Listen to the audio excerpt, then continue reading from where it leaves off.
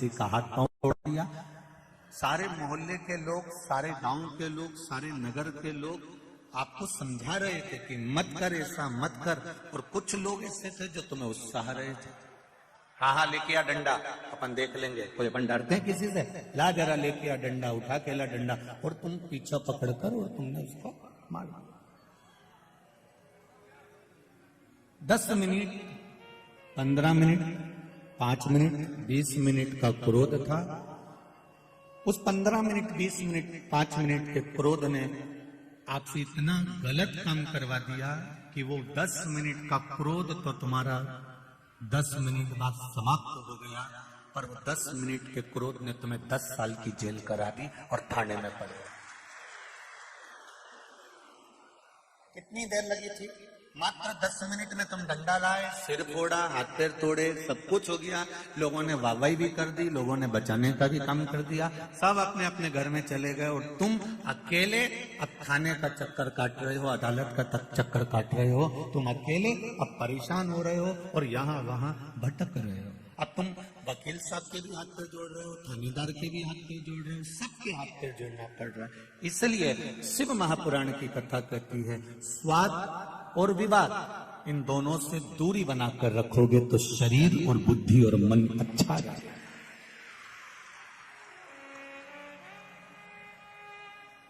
ये मन बुद्धि, ये चित्त, ये वृत्ति आपकी ठीक रहेगी।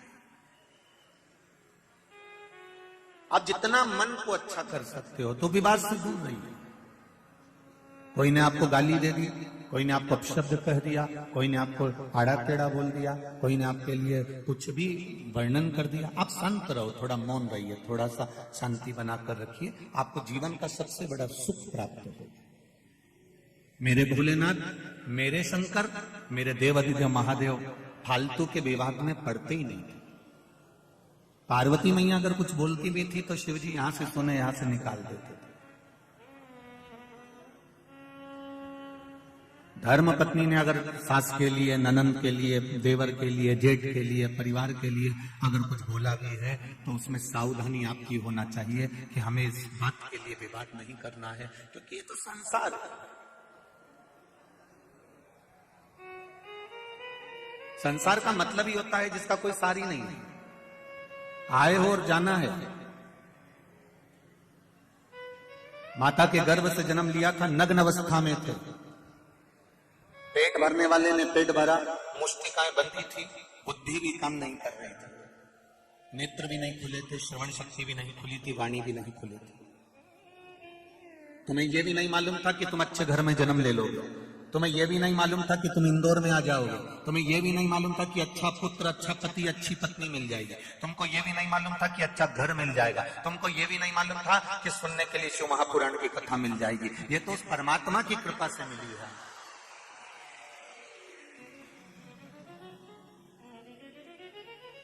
जब भी किसी मांगने वाले को देखो, जब भी किसी भिक्षुक को देखो, जब भी किसी 3 बत्ती 4 बत्ती चौराहे पर जाओ, राजवाड़ा के चौराहे पर जाओ, पलासिया के चौराहे पर जाओ, आप चाहे सपना संगीता चौराहे पर जाओ, जिस चौराहे पर जाओगे और वहां कहीं कोई मांगने वाला अगर तुम्हारे कांच को बजा रहा है और तुम देख रहे हो कि यह मांगने वाला मांग रहा है, उसको देखकर उसी समय पर तुम कुछ देव ना देव वो तुम्हारे ऊपर है, पर महादेव को धन्यवाद जरूर देना कि तूने मुझे यहां खड़ा नहीं करा।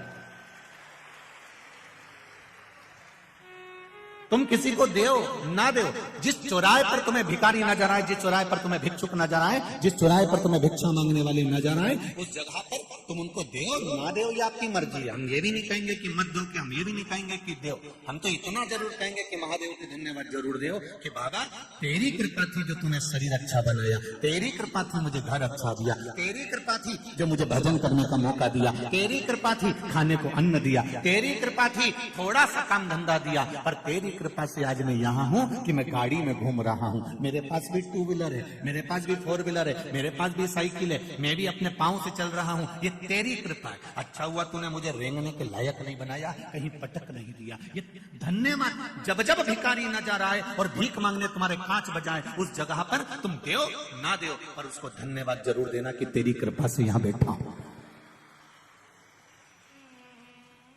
गाड़ी चला रहे हो, डीजे चल रहा है, गाड़ी में बॉक्स चल रहे हैं, मोबाइल चल रहा है, और कांच बजाने वाला जब कांच बजा रहा है, भैया कुछ दे दो, भैया कुछ दे दो, तो उस समय पर तुम देना ना देना पर उसको धन्यवाद जरूर देना। थोड़ी देर आवाज कम करना, साउंड कम करना, और जब भीख मांगने वाला भिक्षा मांगने चौराहे पर खड़ा हुआ हो, उस जगह पर तुम जम के मन से कहना अपने परिवार के साथ, तेरा शुक्रिया है मेरे भोलेनाथ जो तुमने मुझे 4 व्हीलर में बिठा कर रखा। तेरा शुक्रिया है शंभू मेरे महाकाल राजा, ये तेरा धन्यवाद है जो तूने मुझे यहां बिठाया। ये तेरी कृपा, क्योंकि तेरी कृपा नहीं होगी तो संसार का कोई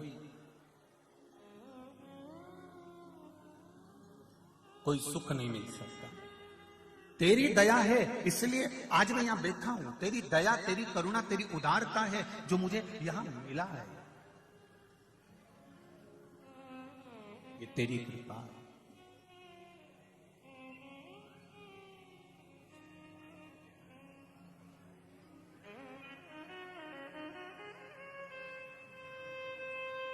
तुम्हारे दुख कटने में थोड़ा समय लग सकता है।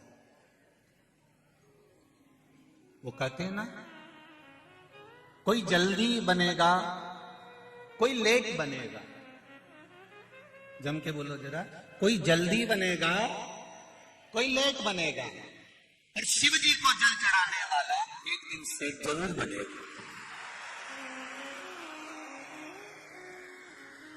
निश्चित है।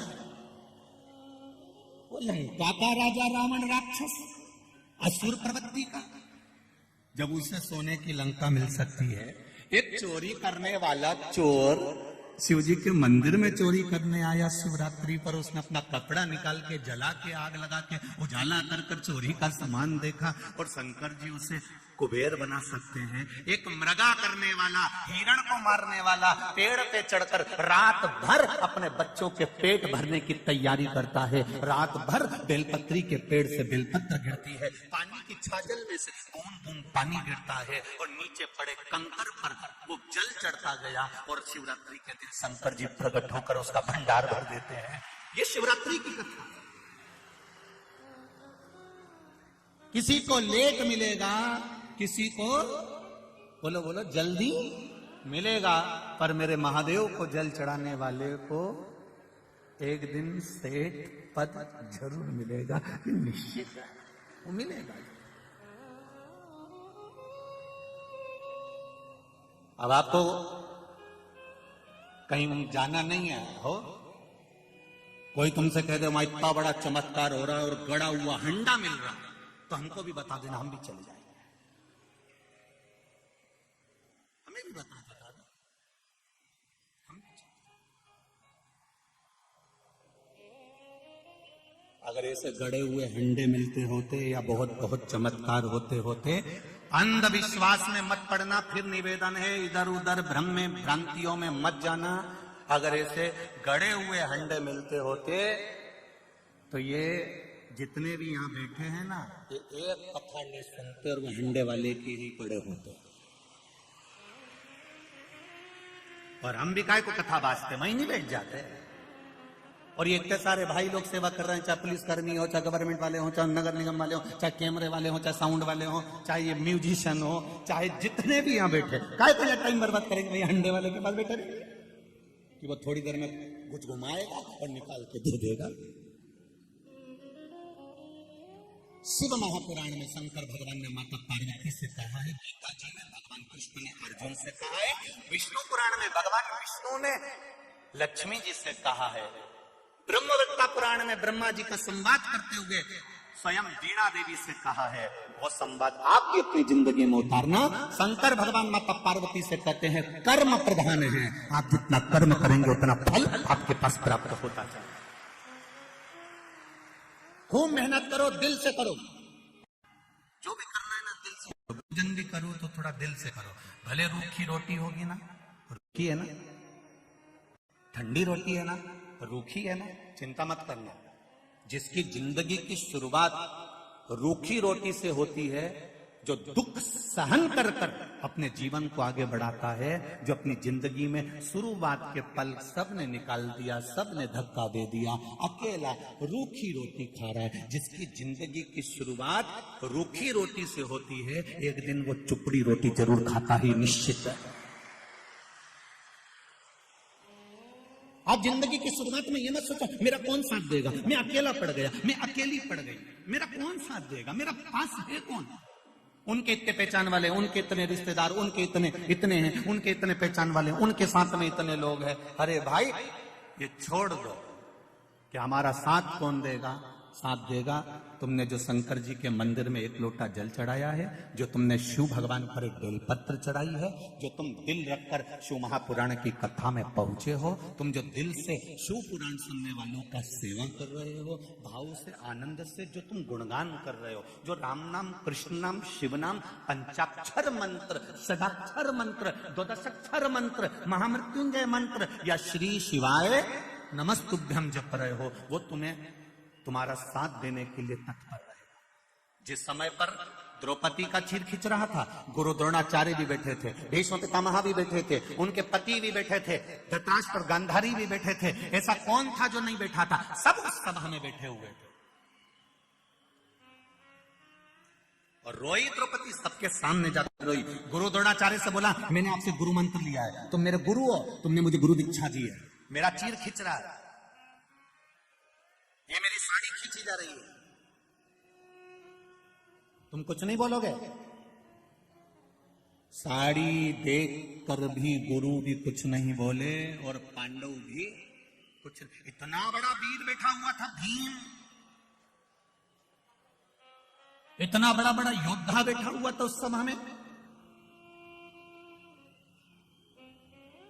भीम जैसे योद्धा भी बैठे हैं, अर्जुन जैसा धनुष चलाने वाला भी बैठा है, तीर चलाने वाला भी बैठा है, विद्वानों में विद्वान धर्मराज युधिष्ठिर तक बैठे हुए थे, नकुल सहदेव तक बैठे हुए थे। सब साड़ी देखते रहे पर कोई बचाने नहीं आया। अंत समय में फिर मेरे भगवान को आना पड़ा। उसी तरह जैसे भीम, अर्जुन, नकुल, सहदेव, युधिष्ठिर, भीष्म पितामह और धृतराष्ट्र, गांधारी, गुरु द्रोणाचार्य जितने थे ना, सब साड़ी देख रहे थे पर बचाने कोई नहीं आया। उसी तरह अंत अवस्था में पलंग पर पड़े रहोगे, सब नाड़ी देखते रहेंगे पर बचाने कोई नहीं आएगा। साड़ी देखने वाले भी बचाने नहीं आए और नाड़ी देखने वाले भी बचाने नहीं आए। अंत समय में केवल मेरा देव अधिदेव मां आएगा। अंत समय परमात्मा की ओर जाने में देरी मत करो। कितना विश्वास है आपका? जितने लोग इस पूरे ग्राउंड में बैठे हुए लाखों की संख्या में, इससे डेढ़े पूरे ग्राउंड के चारों तरफ बाहर बैठकर ओटलों पर कथा सुन रहे हैं। जितने अंदर है उससे डेढ़े बाहर।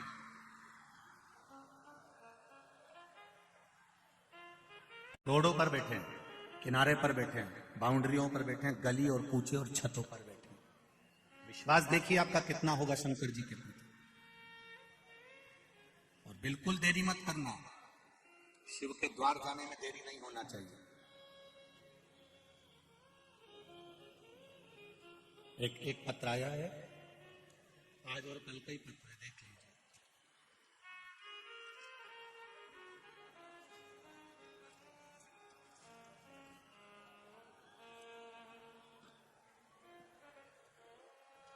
सरिता ओम प्रकाश जायसवाल, खजराना मंदिर के नजदीक इंदौर। मेरा मोबाइल नंबर ये लिखा हुआ है। कहीं बैठी हैं सरिता जी? ओम प्रकाश जायसवाल, सरिता ओम प्रकाश जायसवाल कहीं बैठी हो तो हाथ हिलाइएगा। दिख गई क्या? दोनों हाथ इस तरह से हिला दो, अगर कहीं बैठी हो तो दिख जाएंगे। हाँ दिख गए हो, दिख गए। श्री शिवाय नमस्ते। सरिता जी आपने लिखा है, बखान क्या करूं मैं बाबा, कल मैं कथा सुनने आई थी। कल मैं कथा सुनने आई थी और मैं जिस चीज का बरसों से इंतजार कर रही थी वो मेरे साथ में कल हुई। गुरुजी मेरी बाबा की कृपा से 4 साल पहले जो इंटरव्यू दिया था उसका रिजल्ट कभी नहीं आना था, पर बाबा की कृपा से मेरी रेलवे की नौकरी का रिजल्ट कल कथा सुनने पर यहां से जाते समय आ गया। ये पत्र है सरिता जी, ओम प्रकाश जायसवाल, खजराना, इंदौर। मोबाइल नंबर भी आपने दिया है, आपको बहुत बहुत धन्यवाद। बैठिए दीदी। श्री शिवाय नमस्तुभ्यम। बाबा की कृपा, मेरी रेलवे की जॉब का ऑर्डर, नौकरी का ऑर्डर कल आ गया। गुरुजी मैं कथा सुनकर जा रही थी और बाबा ने मेरा हाथ पकड़ लिया। ये शिव है, ये शंकर।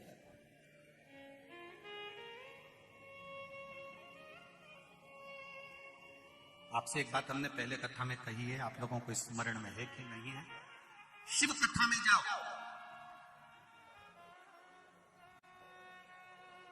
तुम्हारे गले की चेन, मंगलसूत्र, अंगूठी, ब्रेसलेट, पर्स, मोबाइल सब घर पर रखकर आओ। यहां जब आओ तो केवल शिव जी पर विश्वास लेकर आओ, उसके सिवा कुछ मत।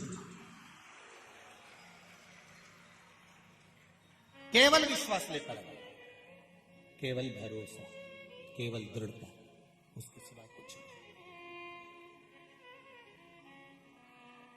और जब विश्वास पूर्ण होगा तब कुछ फल की प्राप्ति जरूर।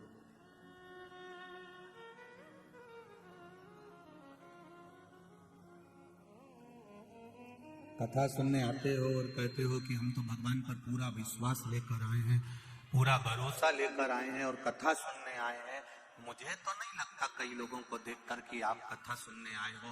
सुबह 8 बजे से 7 बजे से 6 बजे से पंडाल में आकर बैठे हो, तो किसके लिए बैठे हो? कैमरे वाले के लिए। जैसे ही कैमरा तुम्हारी ओर गया,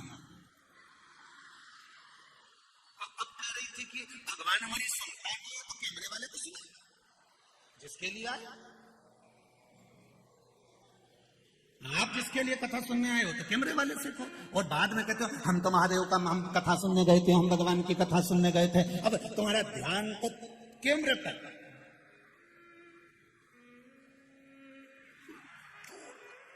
बस उसने कैमरा उधर करा और तुम्हारा ध्यान गया और तुमने तुरंत। मुझे तो ऐसा लगता है कि घर पे बोल के आती होगी कि मैं सफेद कलर की बोतल हिला दूं, समझ लेना मैं यहीं बैठी। तुम ए सुधर जाओ रे, और नहीं सुधरो तो सिधर जाओ रे, थोड़ा तो सुधरो। और बाद में कहते हो हम तो कथा, उसने दिल से सुनी, एक दिन भी नहीं लगा रिजल्ट आने में, आया कि नहीं है ये पत्र। और ऐसे कई पत्र पढ़े, अभी तो ये पढ़ने बाकी है, ये तो थोड़े बहुत पढ़े जो पढ़े।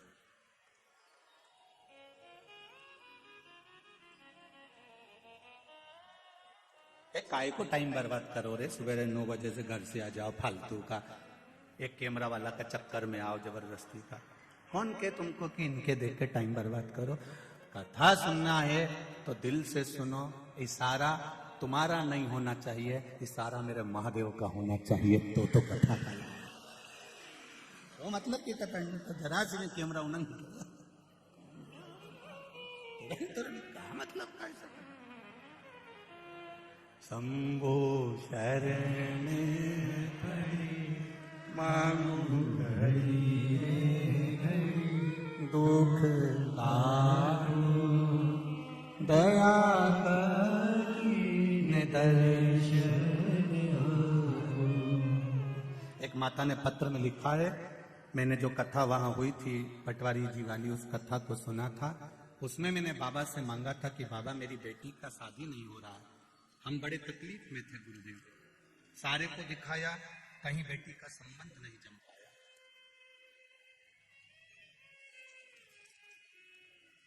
दीपाली राय इंदौर, दीपाली शर्मा इंदौर से हैं जिन्होंने पत्र भेजा। आप ही हैं? श्री शिवाय नमस्ते। गुरुवार पिछली बार आप इंदौर जीतू पटवारी जी की कथा में जुलाई के महीने में आए थे। मैं क्या बखान करूं, भगवान शंकर से प्रार्थना करी थी कथा के पंडाल में बैठकर कि बेटी का संबंध हो जाए। कोई उसको मंगल बता रहा था, कोई कुछ बता रहा था, संबंध बहुत टाइम में निकल गया था। कईयों ने कहा कि अब संबंध होने में तो देरी लगेगी, 2-3 साल और लगेंगे। तब बाबा की कृपा से मैं कथा में जाकर बैठ गई और मैंने कथा सुनी। उस कथा को मैंने जब जुलाई के महीने में श्रवण करी, बाबा से कहा, बाबा वो सीहोर वाला महाराज कहता है कि 3 महीने में बाबा देता है, मैं भी आपका इंतजार करूंगी। और बाबा मेरी बेटी का संबंध 2.5 महीने के अंदर पक्का हो गया। मैं बाबा को प्रणाम करती हूँ। साधना शिव कथा बैठिए। श्री शिवाय नमस्ते। आप उसके भरोसे पर अगर कथा सुनने के लिए आए हो, विश्वास लेकर आए हो, फिर कहूंगा चैन सोने का सामान, कीमती सामान अपने घर पर रख कर आओ। यही कीमती सामान, ये सब संसार वालों को अच्छा लगता है, पर मेरे महादेव को तो केवल तुम्हारा एक लोटा जल ही अच्छा लगता है, इसके सिवा कुछ। और कई लोग कहते हैं अंदर बहुत भीड़ है, हम कथा सुनने के लिए कैसे आए। हम पहले भी कथा में कहे हैं कि कबड्डी जो होती है, यहाँ जितने बैठे हैं ना, मेरे जीजा और भी जितने लोग हैं, और इनमें खूब कबड्डी का एक रूल होता है कि दुश्मन की पाली में जाकर पाली को छूकर आना। तो करते कबड्डी कबड्डी कबड्डी कबड्डी करते, पाली छुए और वापिस आ गए। जो पाली छूकर आ गया और किसी की पकड़ में नहीं आया तो समझ लो कि वो जीत गया। ये निश्चित है, ये निश्चित है। आपसे भी निवेदन है, मान लो कोई कहे कि बहुत भीड़ है, साथ कथा में पांव रखने की जगह नहीं है, तो भी पाली तो छू के चले जाना। एक बार उसके दरवाजे तक आ गए, एक बार उसकी चौखट तक आ गए, शिव के शिवालय तक आ गए, उसके मंदिर तक पहुंच गए, उसकी चौखट तक पहुंच गए, उज्जैन महाकाल की नगरी तक पहुंच गए, फिर भले मंदिर गए ना गए, ओमकारेश्वर की धरा तक पहुंच गए, भले मंदिर गए चाहे ना गए, उसकी पाली तो छूकर आ गए, मतलब जीत गए। तेरे मंदिर में आना मेरा काम है और मेरी बिगड़ी बनाना तेरा। तेरी चौखट पर मैं आ गया, अब दर्शन दिखाना तेरा काम है।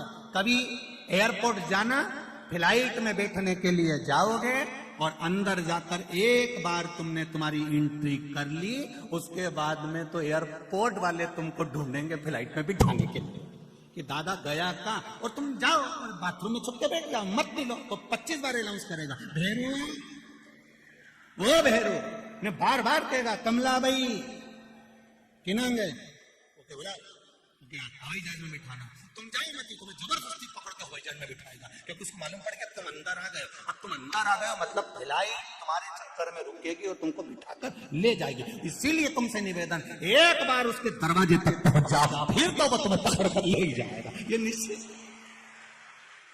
तुम जाओ तो एक बार उसकी चौखट पर, तुम जाओ एक बार उसके दरवाजे तक, तुम जाओ एक बार उसके मंदिर तक, तुम जाओ एक बार महाकाल की नगरी तक, तुम जाओ ओमकारेश्वर तक, तुम जाओ उसकी चौखट तक, तुम जाओ उसकी शिव पुराण तक, और तुम्हारे द्वार पर पहुंचेगा तुम्हारे दुख को मिटाने के लिए, भक्ति की अविरल भक्ति तुम्हें देने के लिए।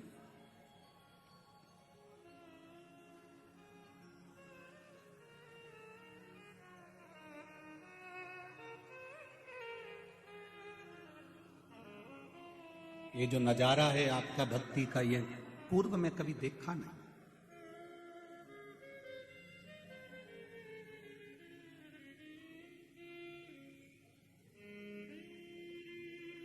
आज संपूर्ण मध्य प्रदेश के ज्योतिष आचार्यों का संघ हम जहां ठहरे हैं वहां मिलने पहुंचा था। सभी विद्वत ब्राह्मणों को नमन करता हूं, सभी ज्योतिष आचार्यों को। सारे ज्योतिष आचार्य, मध्य प्रदेश ज्योतिष आचार्य का संघ जब वहां पहुंचा, बुजुर्ग ब्राह्मण जनों का जो भाव था, उन्होंने एक शब्द बड़ा सुंदर कहा, गुरुदेव महाराज मिश्रा जी, हमारी पूरी जिंदगी निकल गई, कई मंदिर ऐसे थे जहां पर जाले लगे होते थे, पर आज हम उन मंदिरों में भी लोग लाइन लगाते हैं, ये शिव की कृपा है, ये शंकर की उदाहरण। ऐसा नहीं है कि पुराने समय में कथा नहीं होती थी, कथा बहुत होती थी। पहले कथाकार भी बहुत बड़े, कथाएं भी बहुत बड़ी, कथा भी खूब हुई, भीड़ भी खूब बड़ी। ऐसा नहीं कि भीड़ नहीं बड़ी, पहले कथाओं में भीड़ भी बहुत बड़ी, कथाएं भी बहुत बड़ी, कथाकार भी बहुत बड़े, आयोजन भी बड़े से बड़े हुए, पर एक काम पीछे रह गया था, लोग मंदिर तक नहीं जा पा रहे थे। वो शिव महापुराण ने उनको वहां तक पहुंचा दिया, मंदिर तक। और यही करना कुछ नहीं है। तुम्हारे बेटे को तुमको एनर्जी देना है कि बेटा कर्म करो, पढ़ाई करो, आगे मंजिल तक वो पहुंचाएगा। इंटरव्यू देने तो जाओ, परीक्षा में तुम पढ़ाई करके तो जाओ, खेत में बीज तो बो, कुआं खोदो तो सही, जाओ थोड़ी मेहनत करो, फल जरूर मिलेगा। एक ताला और एक चाबी तुम्हारी ही है। ताला तुमने घर में लगा दिया, चाबी तुमने अपने पास में रख दी। रोज रोज ताला खोलोगे तो वो चाबी लग जाएगी, और ताला लगाए हुए 4-6 साल हो जाएंगे, 8 साल हो जाएंगे। उसके बाद में जाके चाबी लगाओगे तो लगेगी क्या? उसमें फिर आप कहोगे इसमें जंग लग गया है, इसमें जंग लग गया है, हवा भी लगी, पानी भी लगा, उसमें मिट्टी भी लगी। तो चाबी वही है, ताला भी वही है, बस उसमें वो लग नहीं रही, खुल नहीं रही। फिर तुम जब समझदारी करोगे तो क्या करोगे? अंदर से कहीं से तेल लेकर आओगे, और फिर वो तेल ऑयल उसमें ताले में डालोगे, फिर थोड़ा सा यूं बजाओगे, बजाने के बाद भी नहीं खुले तो फिर चाबी को थोड़ा सा घिसोगे, फिर तुमने चाबी भी घिसी परंतु फिर भी नहीं लग रहा। तो किसी ने कहा एक काम करो रे, एक डब्बा में घासलेट को तेल भरी लो, और घासलेट का तेल भर के ये ताले को उन्हें डुबई दो।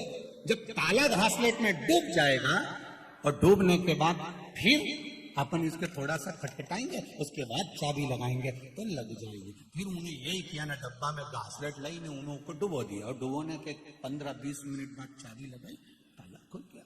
बस ये मन ताला है और भक्ति की चाबी है, इसको खूब लगाओ। इस मन में जब काम, लोभ, आसक्ति, वासना और तृष्णा जम जाती है तो ताला खुलता नहीं है, ये मन भगवान तक जाता नहीं है, खुल ही नहीं पाता। इसको बचपन में भी परमात्मा के पास ले जाओ, इसको जवानी में भी परमात्मा के पास ले जाओ, इसको अधेड़ी में भी परमात्मा के पास ले जाओ, इसको बुढ़ापे में भी भगवान के पास ले जाओ।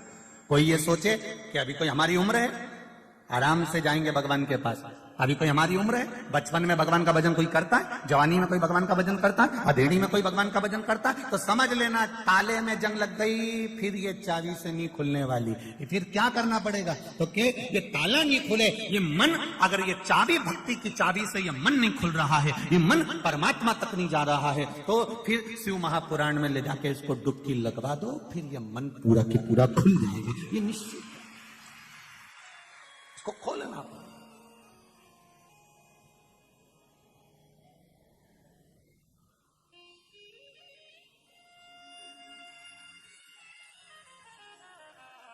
मेरे भोले तेरा सहारा है, मेरी नैया का तू किनारा। हमने तेरे भरोसे पर करा, तेरे विश्वास पर करा। हम भगवान के मंदिर जाते रहे, रोज ताला खोलने का प्रयास करते रहो, रोज चाबी लगाते रहो, खुलेगा, ये निश्चित है, एक दिन खुलेगा जरूर। पर विश्वास रखकर आप परमात्मा की भक्ति को धारण करें। मेरा आप सबसे निवेदन है, कथा में भीड़ बढ़ाने के लिए कभी मत जाना।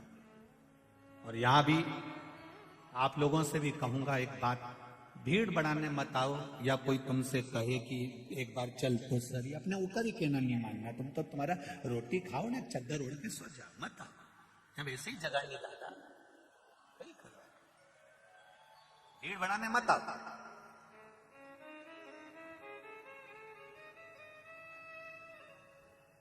यहां भीड़ बढ़ाने की जरूरत नहीं है, या तो देव अधिदेव महादेव के पास आओ तो अपनी पीड़ा सुनाने आओ कि मेरे जीवन में ये दुख है बाबा, और मेरा विश्वास कहता है सारे दुखड़े तू हट गया डमरू वाले, तो मेरे दुख को देख कर क्यों डर गया डमरू वाले, तू मेरे दुख काटेगा ये निश्चित। उसके पास में आओ तो दिल से आओ।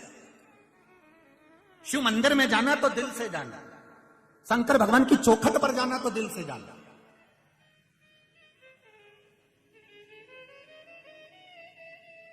जरा सा तुम फोन पे बात करो और तुम्हारा मन नहीं लगे तो तुम्हारी धर्मपत्नी पहचान जाती जरा सी देर में।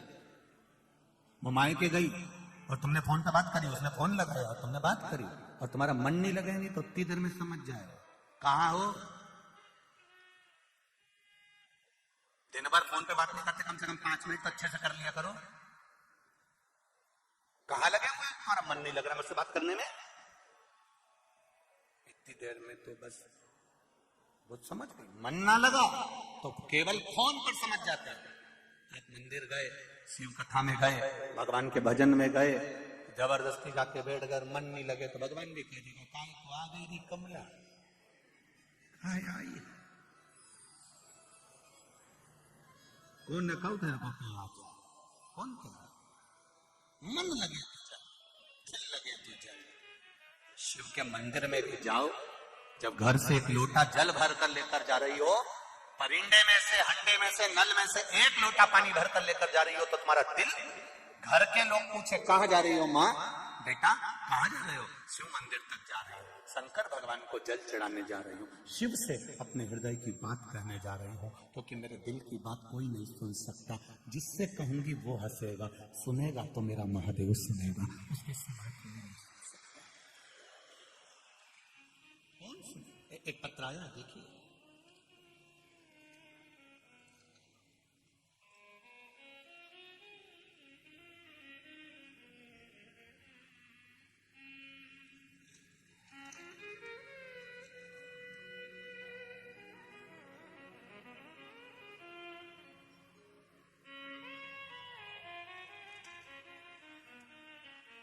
मैं कैलाश ममताबाई सीखी, ग्राम भीखूपुरा, पूजापुरा, तहसील बागली, धारा जी के निवासी हूं। कहीं बैठी हो तो हाथ हिलाइएगा,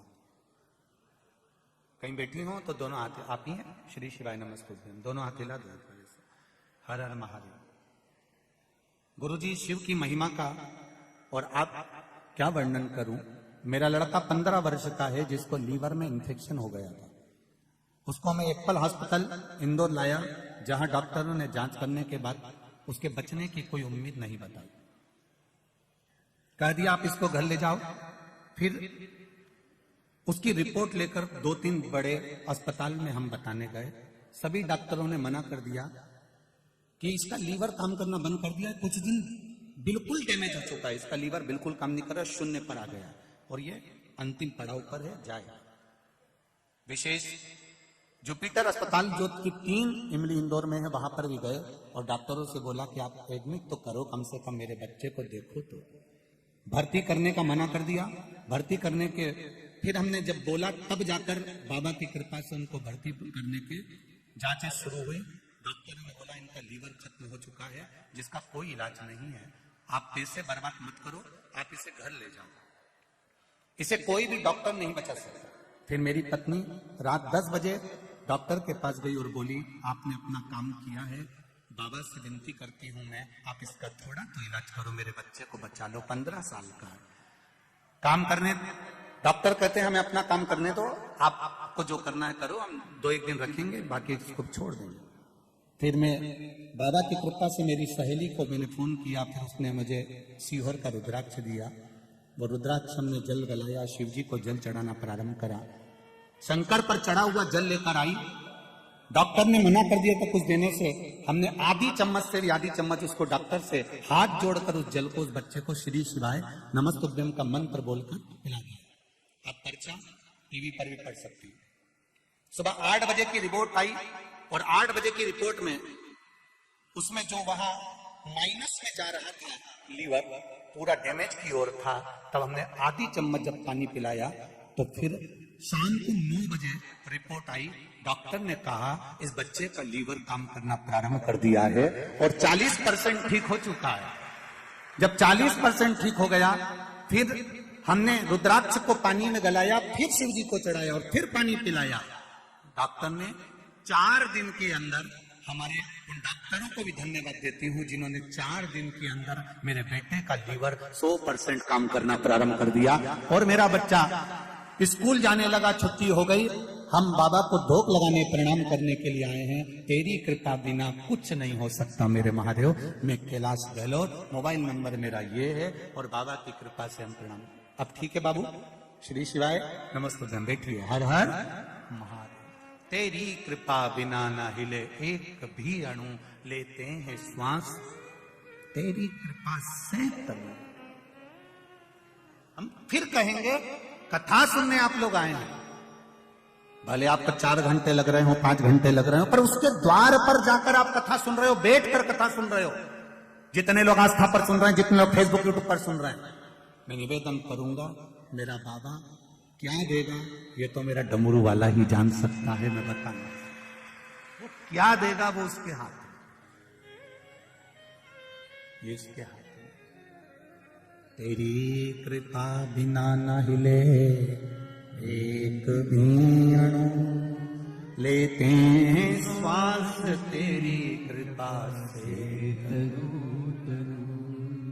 बखान क्या करूं मैं राखों के ढेर का, चपटी भभूत में खजाना कुबेर का।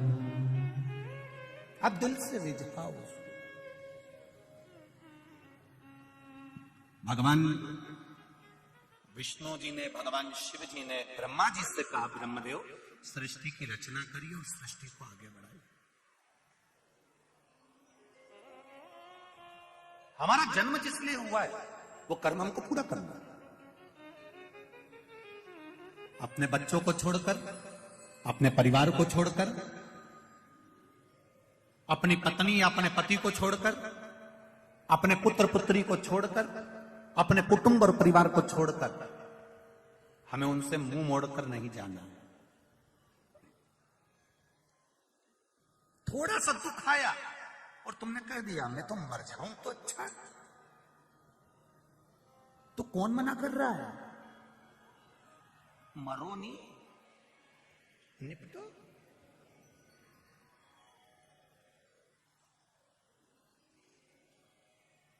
पन्नी मरूंगी मैं अभी दिवाली पे तो हमने फ्रिज लिया, फ्रिज का पानी दूसरा पियो और मैं यूज मरीज जाऊंगी।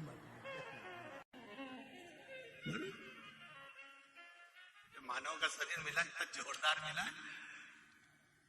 84 लाख भी योनि है ये मनुष्य का शरीर। 83,99,999 योनि काटने के बाद ये शरीर मिला। कितनी योनियां काटी रे, माता का जू बने और किसी ने निकाल के ना अंगूठा पे धर के निपटी दिया। फिर खटमल बने ने खटिया में घुस गए और किसी ने घासलेट का तेल डाली ने धूप में पटकी दिया, निपट गया। मछली बने तो निपटा दिया, मच्छर बने तो निपटा दिया।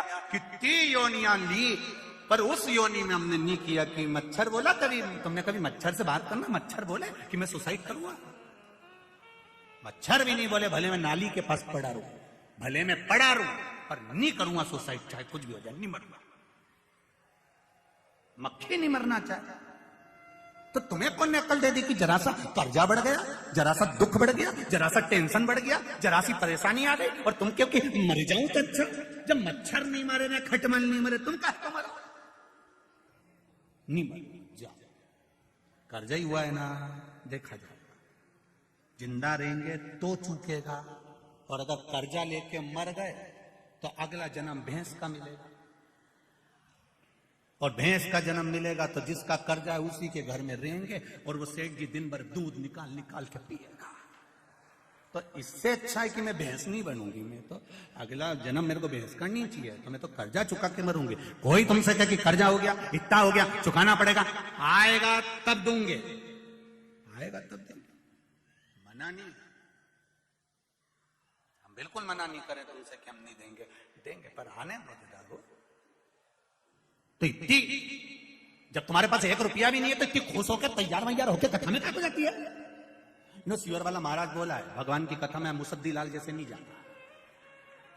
भगवान के पास जाना और भगवान के चरणों में जाना तो हमेशा खुश होकर जाना। हमने पहले भी कहा, तुम शिव जी को एक लोटा पानी भी नहीं चढ़ा सकते, कोई बात नहीं, तुम उसके दरवाजे के सामने से भी निकलो ना तो उसको मुस्कुरा कर चले जाओ। शंकर भगवान भी टेंशन में रहेंगे, पगली हंसी क्यों थी, क्यों हंसी। और अगर तुमको ऐसा लगता है कि सियोर वाला महाराज गलत कह रहा है, तो अभी तुम यहां से रास्ते से जाना, कहीं का दुकान वाला बैठा हो तो तुम मुस्कुरा के चली जाओ, आधा टेंशन में पड़ जाएगा। कौन थी, कौन, ये मुस्कुराई क्यों? और रोज 2-3 दिन उसको मुस्कुरा के चले जाओ, वो रात की रोटी चली जाएगी बापड़ा की, रात भर सोचेगा ठीक कौन। 82 साल की थी, धोला धोला बाल था, मुंडा में 6 दांत थे, पर दुकान के सामने रोज आती है और रोज हंसने जाता है। वो भी अपनी पत्नी से कहेगा, एक बुढ़िया बहुत परेशान करके रखी, मेरे को रात में नींद नहीं आ रही। क्यों, क्या हुआ? बस वो दरवाजे के सामने आ, दुकान के सामने, और मुस्कुरा चली जाए, तुम मुस्कुरा दो, नींद उसकी गई जाए। तुम एक बार शंकर जी के मंदिर चल जाओ, पानी भी नहीं है, लोटा भी नहीं है, जल भी नहीं है, बेलपत्र भी नहीं है, पर रोना नहीं, उसके मंदिर में जाकर मुस्कुरा कर जाना, नींद उसकी उड़ जाएगी कि मेरा है, ये मेरा है। इतना कर्जा है इसके माथे पर, इतनी तकलीफ में चल रहा है, इतना दुख है इसकी जिंदगी में, तो भी मेरे मंदिर में मुस्कुरा कर आता है। तो पार्वती जी भी शंकर जी से कह देगी, और मत सुनो, बेचारी रोज मुस्कुरा के आती है, इसलिए आती है कि तुम कुछ तो कह दो। शंकर जी ने भी कह दिया, आ जान दे मेरे मंदिर के सामने, आ जान दे जरा। और जो मंदिर के सामने मुस्कुरा कर गई, शिव जी ने भी कह दिया, जा अब ऐसी ही मुस्कुराती रहे जिंदगी भर आनंद। अब तुम रोज रो रो के जाओ, भगवान में तो बड़ी दुखी हुई, भगवान में तो बड़ी दुखी हो गए, तो भगवान पार्वती जी भी शंकर जी से करेगी, तो रोज का रोना यही है। भगवान भी कह देगा, ओ रोती रहे, जा मुस्कुराओ, उसके दरवाजे पर स्माइल प्लीज। फोटो वाला भी कहता है, कैमरा लेके 1 मिनट, कितनी देर लगे फोटो खींचने में, बोलो रे इंदौर वाली जी जी, कितनी देर लगे फोटो खींचने में? 1 क्षण, केवल बटन दबी और फोटो खींच लिया। अब इतनी सी देर लगी और फोटो वाले ने तुमसे कितनी बड़ी बात कह दी, ए अम्मा स्माइल प्लीज, फिर अम्मा तुरंत अम्मा के भी मालूम है कि अगर फोटो बिगड़ी गया नहीं तो कई काम कर नहीं जाता, कई काम कर।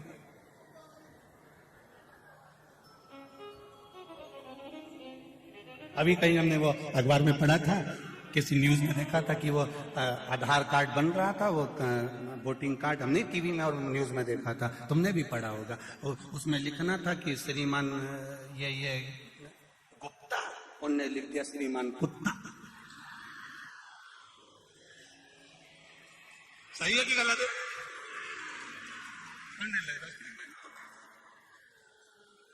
पत्नी के हाथ में वो आ गया, उसने पढ़ा, आय जी, आय जी, पति दौड़ के आया, क्या हुआ? तुम्हारा कार्ड आ गया, क्या लिखा है? तुम तो कुत्ता थे, अब वो यह कुत्ता कैसे होगा? विचार करिए। दादा बच्चे, तुमने ये कैसे लिया? उसके द्वार तक जा, दुनिया कहे कहने दो, फोटो वाला 1 सेकंड लगा था, 1 सेकंड में ठटका दबा, फोटो खींच गया, और फोटो खींचा बस, उसने बोला स्माइल प्लीज, उसने क्यों बोला? 1 मिनट की स्माइल 1 सेकंड की दी है और फोटो अच्छा आ गया। तुम्हारी 1 मिनट की स्माइल से अगर फोटो सुधर सकता है तो तुम्हारी 1 मिनट के भजन से जीवन सुधर सकता है। 1 मिनट का भजन तुम्हारे जीवन को सुधार सकता है। करो भजन, भगवान की भक्ति, 1 मिनट का समय निकालो, भगवान के मंदिर जाओ। हम पहले भी कहे 24 घंटा परमात्मा ने दिया है, 24 घंटा भजन नहीं कर सकते तो कम से कम 12 घंटा करो, 12 घंटा नहीं कर सकते तो 6 घंटा करो, 6 घंटा नहीं करो तो 3 घंटा, 3 घंटा नहीं करो तो 2 घंटा भजन करो, 2 घंटा नहीं करो तो 1 घंटा करो, 1 घंटा भजन नहीं करो तो 15 मिनट, 15 मिनट नहीं करो तो 5 मिनट, 5 मिनट नहीं करो तो 1 मिनट करो, और 1 मिनट में नहीं करो तो चलो 5 मिनट मारो।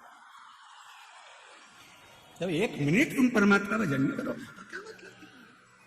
ऐसा जीवन किस काम का कि 1 मिनट भगवान के लिए नहीं निकाला। रोज अपने घर पर क्यों मैं मंदिर जाऊंगी, भगवान शंकर को जल चढ़ाऊंगी, शिव जी को पानी चढ़ाऊंगी, मेरे बीच में कोई नहीं बोलेगा, मैं शंकर जी का गुणगान करूंगी, शिव मंदिर की ओर जाऊंगी।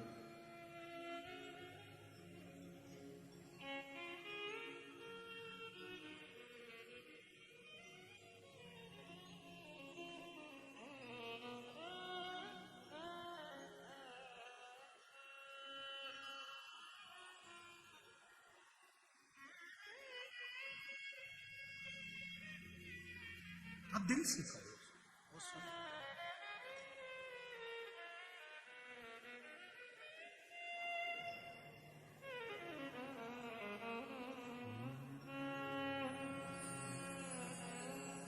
माथे पे बोले तूने चंदा सजाया, स्थान पर बैठकर भगवान शिव से अपने हृदय की बात कहे, दिल से बाबा से कहें, बाबा तेरे बल पर आई हूं, तेरे भरोसे। बाबा श्री शिवा नमस्तुभ्यं, श्री शिवा नमस्तुभ्यं, श्री शिवा नमस्तुभ्यं, श्री शिवा नमस्तुभ्यं, श्री शिवा नमस्तुभ्यं, भोला सब दुख काटू,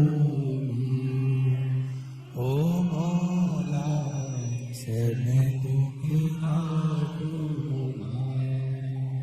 शिव शंकर जपो तेरी माला, भोले बाबा जपो तेरी माला, भोला सब दुख काटू, ओ भोला सब दुख काटू। भगवान देवादिदेव महादेव ने ब्रह्मा जी से कहा, भगवान विष्णु ने ब्रह्मदेव से कहा, ब्रह्मा जी सृष्टि की रचना प्रारंभ करो, और यदि सृष्टि की रचना सही हो जाएगी तो यह निश्चित है कि यह संपूर्ण ब्रह्मांड का सुख प्राप्त हो, संपूर्ण ब्रह्मांड का सुख। जब ब्रह्मा जी ने सृष्टि की रचना करी तो ब्रह्मदेव जी ने भगवान शिव जी से पूछा, भगवान शंकर जी से पूछा, बाबा आप ये बताइए कि सृष्टि की रचना करने के लिए मुझे करना क्या?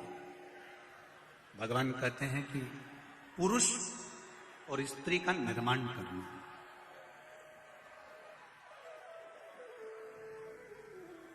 एक बात अपने जीवन में उतार कर रखी है, परिवार, कुटुंब, रिश्ते नातों से हमको मुंह मोड़कर नहीं जाना, हमको उनके बीच में रहना है, हमको उनके साथ रहना है, और साथ में रहकर जो तकलीफें जीवन में आती है उसको सहकर आगे बढ़ते चलते।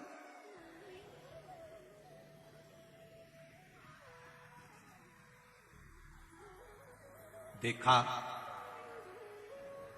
ब्रह्मदेव से कहा सृष्टि की रचना करो, ब्रह्मा जी ने जंघा से मनु और शत्रुपा को प्रकट कर दिया,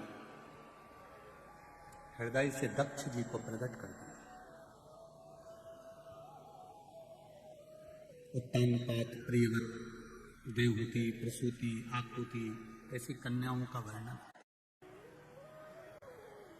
हृदय से ब्रह्मा जी ने दक्ष को प्रकट कर दिया।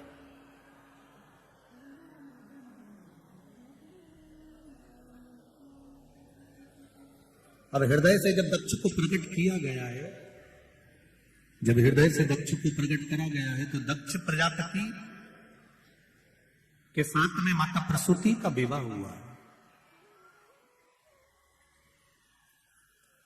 माता प्रसूति प्रसूति के गर्भ से जितने बच्चों ने जन्म लिया वो सारे की सारे संस्कारवान। इसलिए आज भी हॉस्पिटल में जहां बच्चा जन्म लेता है उस जन्म लेने वाले कक्ष के बाहर लिखा रहता है प्रसूति कक्ष। मतलब दक्ष प्रजापति की धर्म पत्नी का नाम आज भी हॉस्पिटल में प्रसूति कक्ष के रूप में लिखा होती है कि यहाँ माता प्रसूति के गर्भ से बच्चों ने जन्म लिया था तो वो सारे बच्चे संस्कारित थे। इस कक्ष में जो बच्चा जन्म लेगा वो भी संस्कारवान होगा, ये निश्चित है, ये निश्चित था। उसका नाम प्रसूति कक्ष रखा।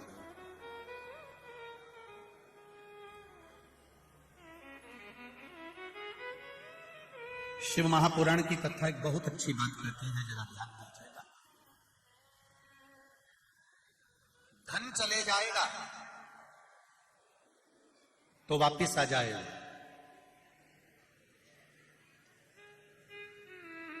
पर धर्म मत जाने देना। अगर धर्म चले गया तो बहुत मुश्किल से वापिस आएगा। धन वापिस आ सकता है पर हमारा धर्म गिरने नहीं।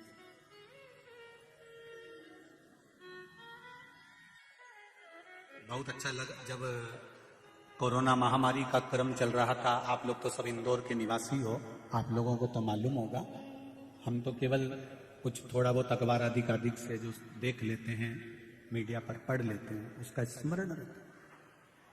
कोरोना महामारी में कितना कितना त्राही त्राही मची, हर तरफ कहीं ना कहीं हाहाकार मचा हुआ था।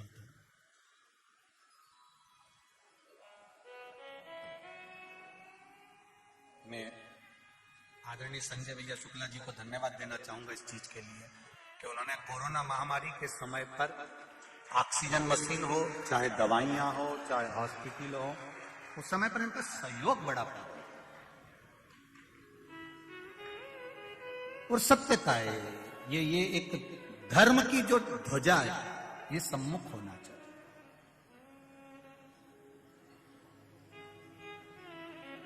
धर्म की ध्वजा अग्रणी होनी चाहिए और उसका जो सुख है वो सुख कहीं नहीं मिल सकता। कल रात्रि को यहाँ पर बहुत सारे लोग सोए हुए थे, इंदौर वाले लोग, आप लोग तो दर्शन करने आते होंगे। रात्रि के समय पर यहाँ पर जो लोग सोते करते हैं, बाहर से आए हुए जो अतिथि लोग हैं वो भजन करते हैं, कीर्तन करते हैं रात भर। संजय भैया शुक्ला परिवार ने तो, उनके मित्र मंडली ने तो व्यवस्था करी है रुकने की भी और भोजन आदि की सब व्यवस्थाएं बाहर से आए हुए लोगों की करी है। पर फिर भी मेरे इंदौर के जो दानवीर हैं वो जब यहाँ पर रात्रि के समय पर आकर कोई बिस्कुट, कोई खिचड़ी, कोई कुछ बांट रहा था, उसके मैसेज जब हमारे सीहोर कुबेरेश्वर धाम पर गए, वीडियोस गए, बड़ी प्रसन्नता हुई कि मेरा इंदौर इंदौर है, ये साधारण नहीं। आप दुनिया की सेवा कर रहे हो मान रहे हो, पर ये शंकर के जो भक्त हैं ये कोई साधारण नहीं है। इसी कथा के पंडाल में एक IAS ऑफिसर भी बैठी हुई है जो महाराष्ट्र से आई है, केवल कथा सुनने के लिए आई है और इसी पंडाल में सोती है और कथा सुनकर 7 दिन की चली जाएगी। कई ऐसे हैं बेटा बेटियां जो बहुत, ऐसा नहीं है कि कई कई लड़के बेटियां बेटे अगर सोचे कि हम जींस पहने, हम टी शर्ट पहने, हम आज के फैशन के हैं, हम आज के फैशन के हैं, हमें कोई मतलब नहीं भगवान की भक्ति से, हमें कोई मतलब नहीं भगवान के भजन से। मैं उनसे कहना चाहूंगा, जिंदगी में आप पहनावा कैसा भी पहनो, कैसा भी भोजन करो, पर निवेदन है अपने सनातन धर्म को लेकर आगे बढ़ो तो जिंदगी सार्थक है।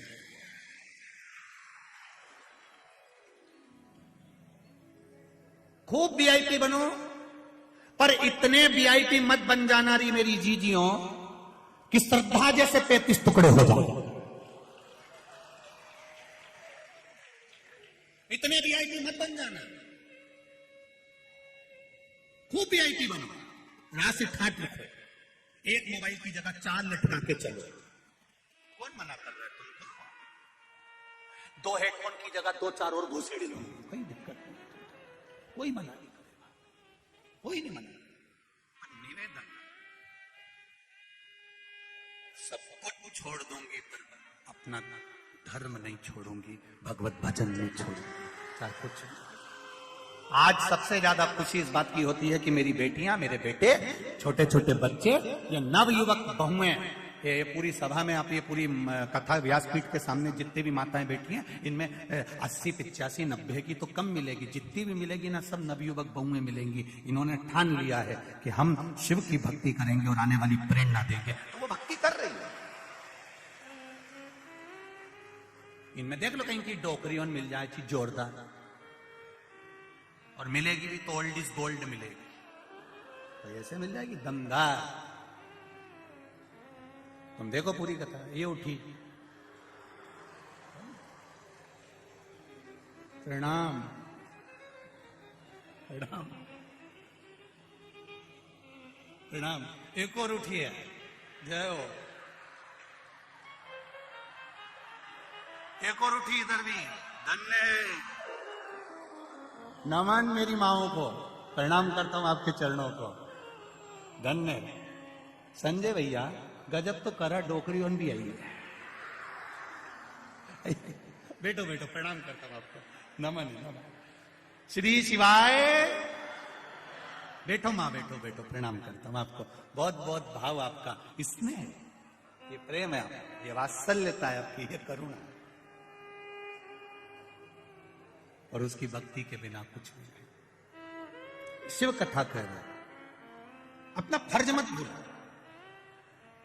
प्रसूति मैया का विवाह दक्ष प्रजापति के साथ हो गया, कई कन्याओं का जन्म हुआ, 60 कन्याएं जन्म ले ली, 27 को चंद्रदेव के साथ दिया, कई कन्याओं का। अब चंद्रदेव के साथ में जो कन्या भी आई, उसमें एक रोहिणी भी थी, जिस पर चंद्र बहुत आसक्त रहते थे, उनसे प्रेम करते थे, उनसे स्नेह करते थे। बाकी की जो धर्म पत्नियां थी उनकी ओर उसको देखते नहीं, बंदेश है, बाकी की जो धर्म पत्नियां थी उनको वो देखते नहीं,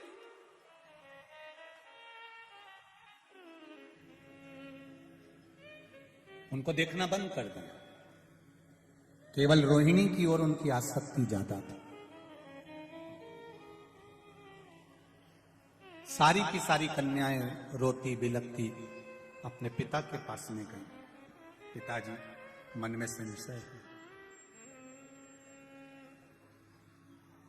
बाप जब तक जीवित है तब तक बेटियों को भी अपने पिता का अभिमान होना चाहिए, होना चाहिए। मेरा पिता है, अभी मेरा बाबुल है, मेरा बाप है, मेरा पिता है। बस तुम्हारा पिता तुमको पढ़ने से मना नहीं करता, बड़े बड़े शहर में भेजने से मना नहीं करता, तुम्हारे कपड़ों के लिए मना नहीं करता। बस मेरा बेटियों से एक निवेदन पहले भी रहा है, आज भी रहेगा, नरक से बेटा कभी अपने मां बाप को नहीं बचा सकता, केवल एक है बेटी जो अपने माता पिता को नरकों से बचा लेती है, केवल एक बेटी अपने मां बाप को नरक से कैसे बचाती है? अपने माता पिता के द्वारा कन्या दान कराकर। दुनिया का सबसे बड़ा दान होता है कन्यादान। घर में अगर बेटी ने जन्म लिया है और उस बेटी का कन्यादान अगर माँ बाप ने नहीं किया है तो माता पिता को 94 तरह के नरक भोगना पड़ते हैं। ये बेटी ही है जो अपने माँ बाप को नरक से बचा सकती है। आप रहो कितने भी वीआईपी रहो, कितने भी ठाट से रहो, तुम कितने भी एंजॉय करो अपनी जिंदगी का, पर जब विवाह संबंध का समय आ जाए तो अपने माँ बाप के से जाकर कह देना, पापा आप बोलोगे माँ, आप बोलोगी विवाह में वहां करूंगी। तब कन्यादान का मौका अपने माँ बाप को जरूर दो, जिससे आपके माता पिता को नरक ना भोगना पड़े, नरक ना भोगना। बेटी को अगर जीवन में दुख होता है ना, बेटा मां को प्रिय होता है, बेटी बाप को प्रिय होती है। जब बेटी की विदाई होती है तो लोग कहते हैं कि माँ बहुत रोती है। शिव महापुराण की कथा कहती है कि बेटी की विदाई में जितना माँ नहीं रोती उससे दुगना उसका बाप रोता है, दुगना बाप रोता है।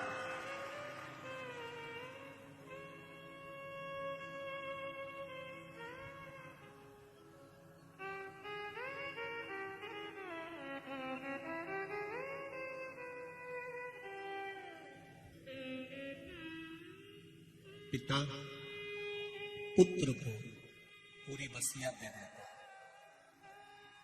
पूरी जायदाद दे देता।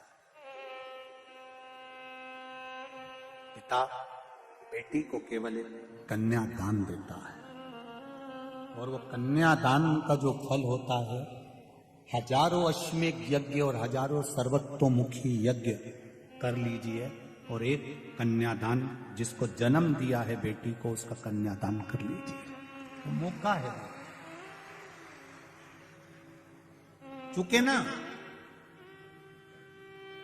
उसको छोड़े ना। सारी की सारी कन्याएं चंद्रदेव की बात लेकर अपने पिता दक्ष प्रजापति के पास में आ गई, और दक्ष प्रजापति के पास में आकर बोली, दक्ष प्रजापति के पास में आकर कहती हैं, पिताजी हमको थोड़ा सा दुख है। क्या दुख आ गया बेटी? बाप कह रहे थे अगर बेटी को दुख भोगना पड़े तो वो बाप किस काम का?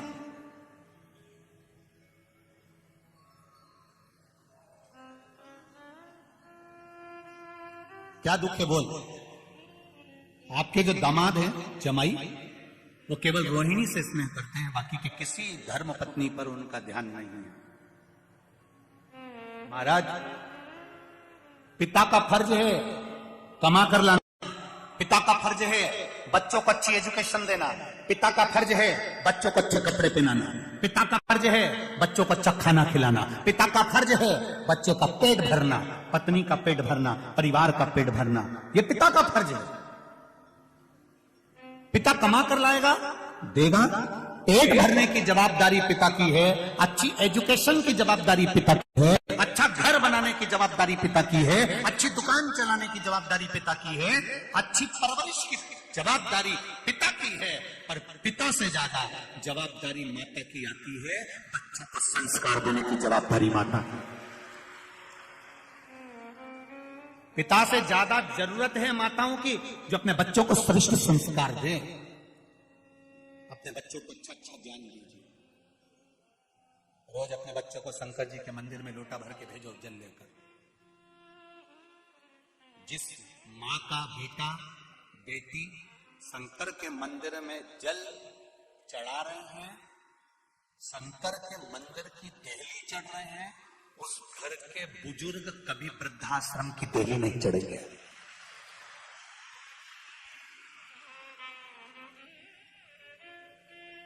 जिस घर के नवयुवक बेटा बेटियां, जिस घर के बच्चे शंकर के मंदिर की देहली चढ़ रहे हैं, शिव मंदिर में जा रहे हैं, एक लोटा जल चढ़ा रहे हैं, सफाई कर रहे हैं, शंकर के मंदिर में बेलपत्ती चढ़ा रहे, दिया लगा रहे हैं, उस घर का बूढ़ा आदमी कभी वृद्धाश्रम नहीं जाएगा। क्योंकि वो शंकर के मंदिर में रहकर जब सेवा करना सीख जाएंगे, शिव मंदिर में जाना सीख जाएंगे, अपने धर्म की ओर अग्रण्य हो जाएंगे, तो ये मेरा विश्वास कहता है कि वो कभी वृद्धाश्रम में अपने माँ बाप को नहीं भेजेगा, कभी नहीं भेजेगा, पढ़कर बढ़कर भी नहीं भेज सकता। लगाओ अंदाजा, तुम्हारे इंदौर में वृद्धाश्रम है? जाकर घूम के आना। भोपाल में भी है, सीहोर में भी है, सारे शहरों में वृद्धाश्रम है, एक बार घूम कर आना। किसी सब्जी बेचने वाले के माँ बाप उस वृद्धाश्रम में नहीं मिलेंगे, किसी ठेला चलाने वाले के माँ बाप वृद्धाश्रम में नहीं मिलेंगे, किसी जूता बनाने वाले के माँ बाप वृद्धाश्रम में नहीं मिलेंगे। वृद्धाश्रम में अगर बूढ़े मिलेंगे तो किसी अच्छी पढ़े लिखे औलादों के माँ बाप वृद्धाश्रम में मिलेंगे।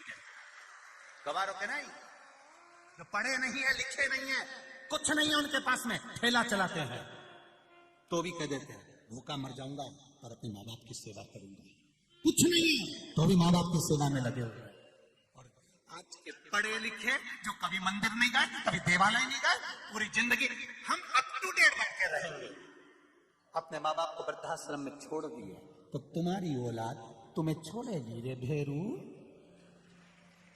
छोड़ेगी? कौन छोड़ेगा? लोग कहते जरूर हैं सियोर वाला महाराज को कथा नहीं आती, अड़ा टेढ़ा बोलता है, तो क्यों सुनते हो? रिमोट तो तुम्हारे पास में ही है, चैनल चेंज, महाराज भी चेंज, 2 मिनट के अंदर रिमोट तुम्हारे हाथ में। थोड़ा बुरा लग सकता है, पर अपनी आने वाली समय सीमा को देखिए। डॉक्टर बनो, इंजीनियर बनो, कलेक्टर बनो, एसपी बनो, तुम्हारी मर्जी, पढ़े तुम जितना पढ़ना चाहो, दिल से पढ़ो, खूब विद्वान बनो, खूब आगे बढ़ो, पर उसके साथ में संस्कृत भी बनो, झुकना सीखो। थोड़ी नम्रता अपने भीतर लेकर आओ, थोड़ी सी अगर नम्रता होगी तो जीवन की सार्थकता होगी। कुर्सी, पद, प्रतिष्ठा ये कब बदल जाती है, कब कौन कहां पहुंच जाता है, कब किसका कहां ट्रांसफर हो जाता है, पता ही नहीं पड़ता। जितने दिन रहो दिल से खुश रहकर अपनी मस्ती में, भगवान की भक्ति में और आनंदमय सनातन धर्म की सेवा में लगे रहो। जितने दिन, जीवन किसका देखा, कौन का भरोसा है?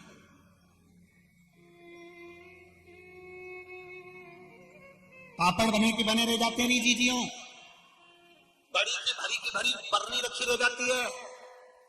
आम का अचार डाला था, पूरा भरा की भरा रह गया, और काकी नहीं पड़ जाती, सब धरा रह गया। कौन खाएगा, कौन पिएगा, पापड़ कौन सेकेगा, सब गया।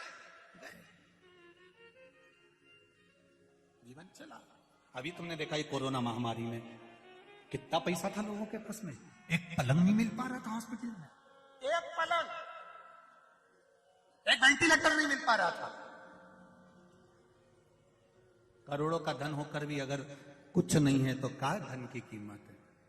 और ये देखा भगवत भजन, जिसने भगवान की अविरल भक्ति धारण करी, जब कोई नहीं आता तब मेरा डमरू वाला आता है और डमरू बजाकर चला जाता है। क्या है वो? दक्ष प्रजापति ने अपनी बेटियों को समझाया, तुम चिंता मत करो, तुम क्यों रोती हो, क्यों रोना? मैं दामाद को बुलाऊंगा, मैं चंद्रदेव को बुलाऊंगा। 12 ज्योतिर्लिंग में प्रथम ज्योतिर्लिंग है सोमनाथ। सोमनाथ का मंदिर बाद में, पहले चंद्र कुंड पे। सोमनाथ कौन कौन गया हुआ? गए हो प्रथम ज्योतिर्लिंग का दर्शन करने? तो दर्शन करे होंगे आपने सोमनाथ में चंद्र कुंड के, जिस चंद्र कुंड से भगवान शंकर का शिवालय, भगवान शंकर का शिवलिंग जल के ऊपर आनंदित होकर ठहरता है।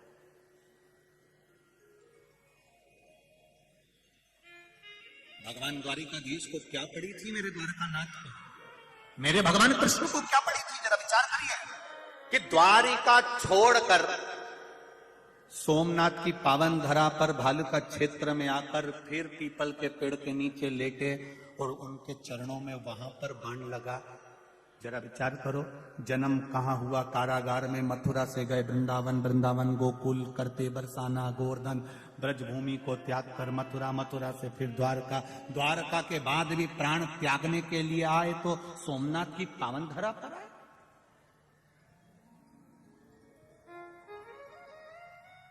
भालका क्षेत्र में, सुंदर क्षेत्र, जरा विचार करिए। जब भगवान कृष्ण को प्राण त्यागना है, अपने प्राण छोड़ना है, और भगवान कृष्ण आज मौन होकर बैठे हो, भगवान कृष्ण आज मौन है। पूछा गर्गाचार्य बाबा ने आकर, कन्हैया क्या बात है मेरे वसुदेव, मेरे कृष्ण, आज आप मौन दिख रहे हो, हुआ क्या आपको? विष्णु पुराण कहती है, कुर्म पुराण कहती है, गर्ग संहिता कहती है और श्रीमद् भागवत कहती है। गर्गाचार्य बाबा ने पूछा कि हुआ क्या है कि आज मेरा कृष्ण मौन होकर बैठा हुआ है, मेरा ठाकुर आज मौन। भगवान कृष्ण कहते हैं मेरा जन्म कारागार में हुआ,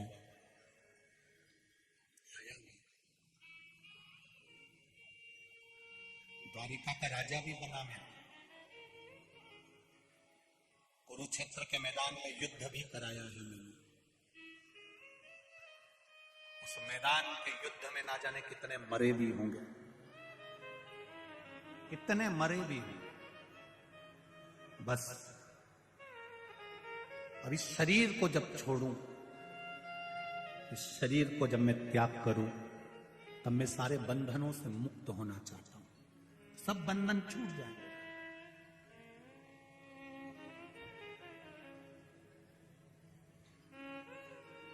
गर्गाचार्य बाबा ने पूछा कि बंधन कहां छूटते हैं, आपको मालूम है? भगवान कृष्ण से पूछा जा रहा है कि बंधन कहां छूटते हैं, आपको मालूम है? भगवान कृष्ण कहते हैं, हां, मुझे मेरे पिता नंद बाबा ने यह बताया था कि शिव के द्वार पर जब हम एक कदम चलकर जाते हैं तो जिंदगी के ना जाने कितने पाप और कितने बंधन कट जाते हैं, ना जाने कितने पाप और कितने बंधन केवल शंकर के द्वार जाने से कट जाते हैं। अभी आपको कथा के शुरू में कहा था कि कबड्डी खेलने वाला पाली छूकर आता है, दुनिया के लोग कहें बहुत भीड़ पड़ रही है, ग्राउंड में जगह नहीं है, तो भी निवेदन है आधे घंटे की सुनने आना, रोड पर खड़े होकर तो सुनोगे, द्वार तक तो पहुंचोगे, दरवाजे तक तो पहुंचोगे, उसकी चौखट तक तो पहुंचोगे, बस उसका सानिध्य एक पल का, एक घड़ी का, एक क्षण का मिल जाए, फिर वो जाने मेरे बंधनों से टूट जाता है, सारे पाप समाप्त हो जाते हैं। कहां? शिव के द्वार पर पहुंचने से, शंकर की कथा तक पहुंचने से, शिवालय तक पहुंचने से, भगवान की देवालय तक पहुंचने से बंधन मुक्त हो गया। और होता है संसार के जितने लोग मरने के बाद शमशान जाते हैं, वहां पर बंधन छूटते कि नहीं छूटते, इनसे पूछ लो। ये जितने लोग जाते हैं आग लगाने के लिए मुर्दे में, उनसे पूछना। पहले चतुर लोग पूरे बंधन काट दो, धागा काट दिया, ये काट दिया, वो काट दिया, कपड़े वपड़े सब फाड़ फुड़ा दिए, बेकार सब उतार के चंदन का बूरा लगा दिया, घी चुकड़ दिया, सब कुछ आंखों पे कपूर रख दिया, निपटा ही दिया, जला दिया, आग लगा दिया, सब बंधन से मुक्त। अब बेटा रोते रोते कह रहा है, शमशान में पिताजी जल गए, ताऊ, काका, दादा, परदादा, आग लगा दी तुमने, अब यहां कौन रहेगा, मेरा दादा अकेला रहेगा। तब परिवार के लोग कहते हैं, ऐसा मत बोलो, अब ये बंधनों से मुक्त हो गया है। बच्चे ने पूछा, बंधन से मुक्त कब होता है व्यक्ति? तो कहा, जब वो शिव की शरण में जाता है। शंकर भगवान शमशान में रहते हैं, जो उनके पास गया वो बंधनों से मुक्त हो गया, फिर कोई बंधन, कोई बंधन।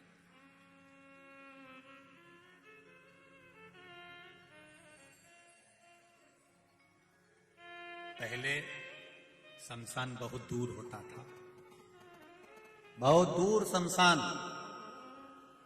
गांव से बाहर। अब बड़े बड़े शहरों में तो गांव से बाहर कहां जाएंगे, तो गांव के अंदर ही। अब धीरे धीरे लोग बस्ती बस्ती चली गई, बसते चले गए, पास में ही शमशान हो गया, बिल्कुल नजदीक।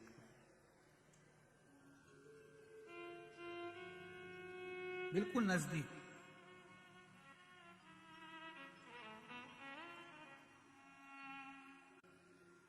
पहले लोग शमशान से डरते थे, अब इंदौर में तो शमशान भी लोगों से डर है,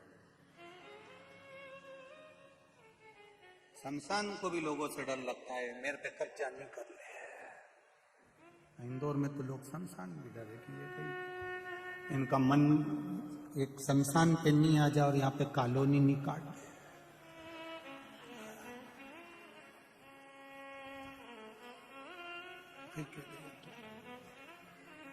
फिर कहीं का केनी साबिया तो शमशान था और केस लड़ने में जिंदगी निकल जाए।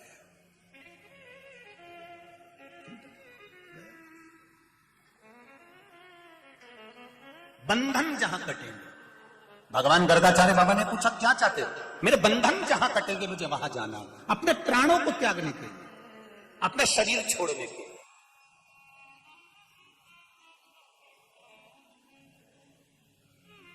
कहां जाना चाहते हो? शंकर का द्वार।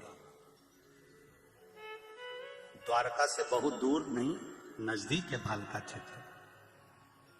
आप लोग गए होंगे, जो लोग सोमनाथ जी गए होंगे वो जानते हैं। थोड़ा सा ऊंच कम करिए। जो सोमनाथ जी गए होंगे, उनके स्मरण में होगा। जहां भगवान कृष्ण के चरण में बाण लगा है पीपल के वृक्ष के नीचे, वहां पर आप लोग भी दर्शन करने गए होंगे। कौन कौन गए, हाथ उठाइए। हाँ गए गए गए, चलो ठीक है, धन्य धन्य, बहुत सारा हो वहां गए हो। तो तुमने कभी विचार करा कि भगवान तो द्वारका में रहते थे, ये द्वारका छोड़कर यहां क्यों आए? या पीपल के वृक्ष के नीचे टेका लगा के बैठे हाथ का, और चरण पर चरण और बाण लग गया। कभी विचार किया तुमने कि अपन दर्शन तो करें, पर ये समझ में नहीं आया कि वो द्वारका, और द्वारका से इतनी दूर आके इन्होंने यहां सोमनाथ के पास में अपने प्राणों को त्यागा। कारण क्या था?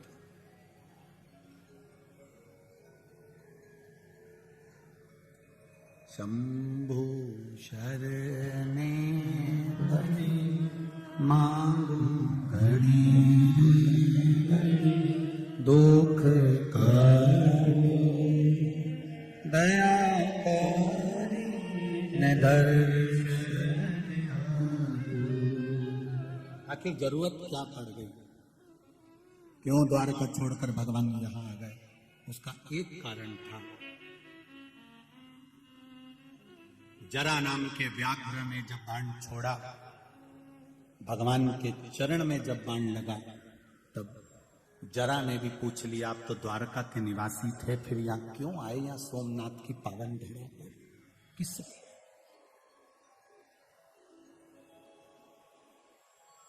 भगवान कृष्ण ने कहा, जरा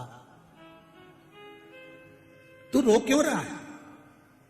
जरा नाम का व्याघ्र कहता है कि रोना इस बात का आ रहा है कि मैंने आपके चरणों में बाण लगा दिया, आपको कष्ट कितना हो रहा होगा। भगवान कहते हैं, त्रेता का बंधन आज सोमनाथ की पावन धरा पर आकर द्वापर में टूट गया। मैंने, भगवान कह रहे हैं, राम अवतार में मैंने तुझको छुपकर बाण मारा था बाली, आज तूने छुपकर मुझे बाण मार दिया। ये सोमनाथ की धरा है, बंधन टूट गया। एक बात अपने जीवन में उतार कर रखिए, जितने लोग आस्था चैनल पर कथा सुन रहे हैं, जितने फेसबुक यूट्यूब पर सुन रहे हैं, जितने लोग इंदौर की या पावन धरा पर मां अहिल्या की गोद में बैठकर कथा सुन रहे हैं, उनसे निवेदन करना चाहूंगा, आप जब, जैसे प्रत्येक मनुष्य प्रतिदिन पाप करता है, झूठ भी रोज बोलेगा, कपट भी रोज करेगा, बेईमानी भी रोज करेगा, प्रपंच भी रोज करेगा। हम कितना भी मना कर दे, सिहोर वाला महाराज कितना ही बोल दे कि तुम झूठ मत बोले, तो तुम नहीं मानो भाई तुम रेंदोरे दादा। अभी 2 मिनट में फोन उठाओगे, कोई पूछ ले कहाँ है, दुकान पे बैठे, और बैठे यहीं, कहीं का गाड़ी चलाते चलाते फोन लगा दे, कहाँ हूं, बस पलासी तक पहुंच गया, कहीं नहीं पहुंचा, राजवाड़ा पे पड़ा। इतना झूठ, पल पल झूठ। अब इतना झूठ बोलो और तुम सोचो कि शिव पुराण की कथा सुनवाने में तो तरीब जाऊंगा, ये झूठता हुआ।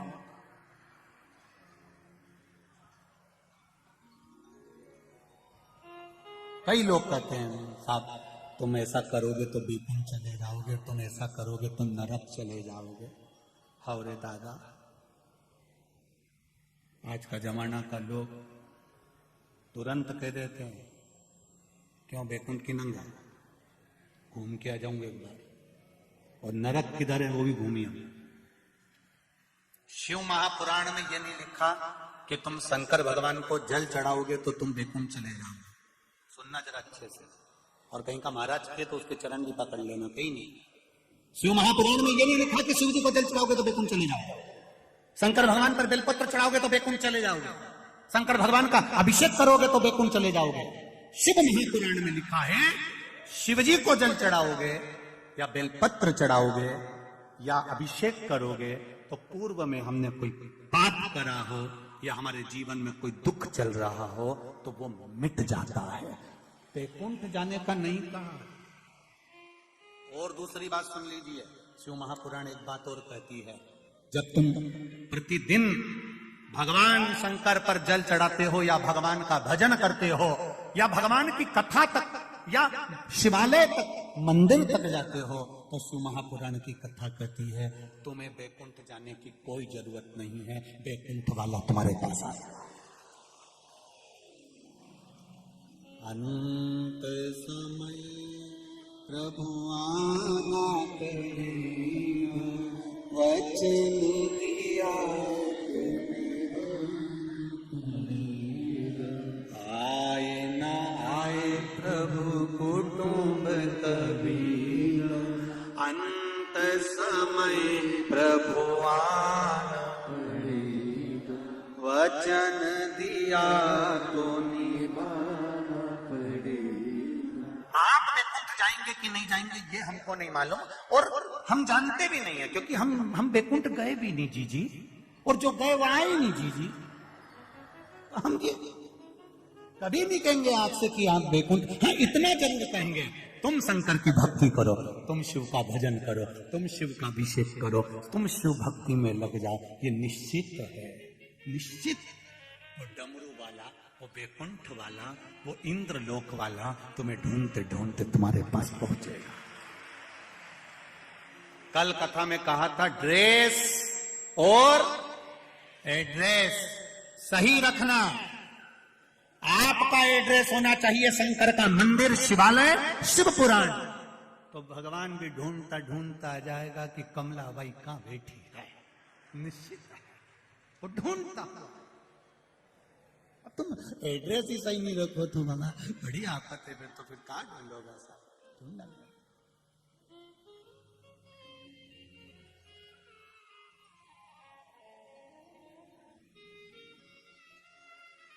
जैसे इंदौर के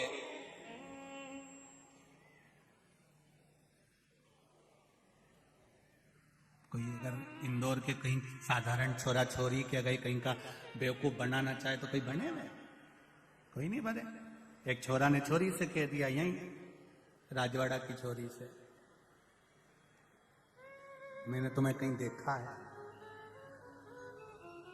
छोरी तुरंत बोल दी है भेरू बनाई कह रहा है तेरे को कहीं का, मैं तो कहीं नहीं दिखूं, जाती हूं शिव मंदिर, शंकर भगवान का श्रृंगार करती हूं, शिव मंदिर का स्मरण करती हूं, शंकर का गुणगान करती हूं, शिव की भक्ति में डूबी रहती हूं।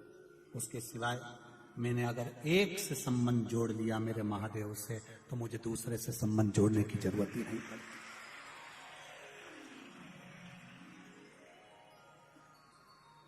बहुत ध्यान देना, छोरी छोरा, छोरी का जरा सा मोबाइल खराब हो जाए तो छोरा बैलेंस डलवा देता है, क्योंकि वो उससे स्नेह करता है। कपड़े दिला दे, सामान दिला दे, मोबाइल गिर गया तो मोबाइल दिला दे। जरा सोचो, एक संसार के व्यक्ति से प्रेम करा तो उसने तुम्हारा मोबाइल का बैलेंस डलवा दिया, तुम्हें गाड़ी पे घुमा दिया, वो भी दूसरे की, कहीं से सुधरने आई थी। जरा सा प्रेम हुआ, उसने बैलेंस डलवा दिया, तुम्हारा खर्चा उठा रहा है, कितने साल उठाएगा? एक जरा सा थोड़ा सा संसार वालों से प्रेम करा, उसने तुम्हारा खर्चा उठाया। एक बार मेरे महाकाल से प्रेम कर कर देखना, वो पूरे परिवार को उठाएगा। अकाल मृत्यु हो मरे जो काम करे, चंडाल का काल उसका क्या बिगाड़े जो भक्त हो। महाकाल का एक बार उससे प्रेम कर कर देखिए, उससे स्नेह लड़ा कर देखिए, उससे नेम लड़ा कर देखिए, उससे मिलो तो। अभी तुम मिले नहीं अच्छे से उससे, अभी तो तुम कैमरा वाला से मिले थे बस। अभी एक आध बार जरा अच्छे से उससे मिल जाओ। अब मिल गए हो, परंतु इतनी बार कैमरा वाले ने दिखाया, एक नहीं उठाया।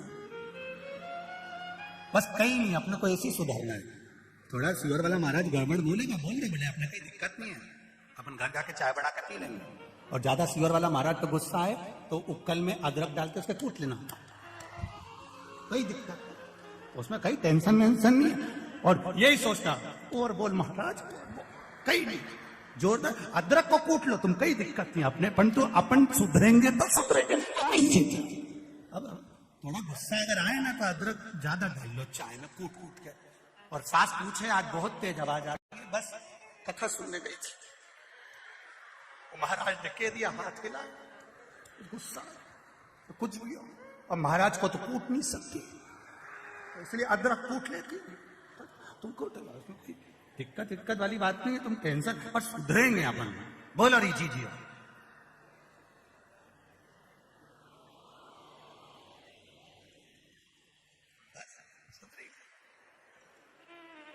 अंत समय प्रभु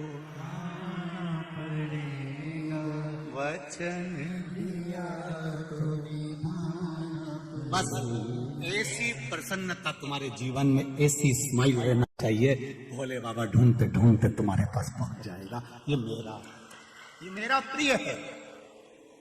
तुम क्यों उदास होती हो? भगवान कृष्ण ने जरा नाम के व्याघ्र से पूछा, तूने बाण मारा, तीर मारा, मेरे पांव में लगा, पर मुझे आनंद की अनुभूति हुई उससे।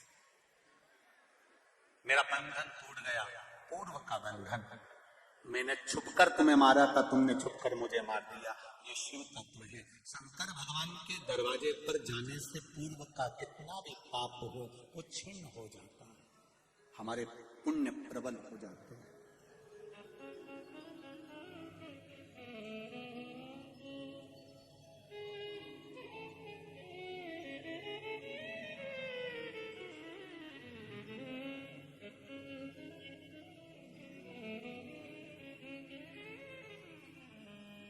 भगवान की अविरल भक्ति प्राप्त हो जाती है।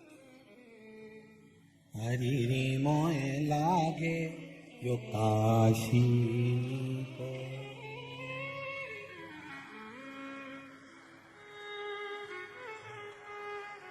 अब चालू नहीं हुआ है, ठीक है।